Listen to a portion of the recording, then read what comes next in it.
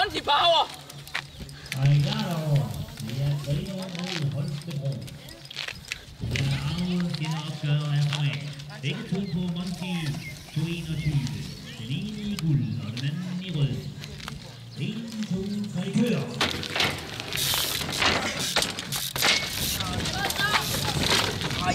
Og der har vi en rimelig hård cross fra Steffen Boldrup, der er sat lidt bag efter Gustav, men han har ikke opgivet endnu. Han er på vej, Gustav har lidt problemer, og Steffen er godt på vej igen, og Gustav han er presset af Steffen alligevel fra baghjulet. Der skal ikke meget til at sige for at lave en musik.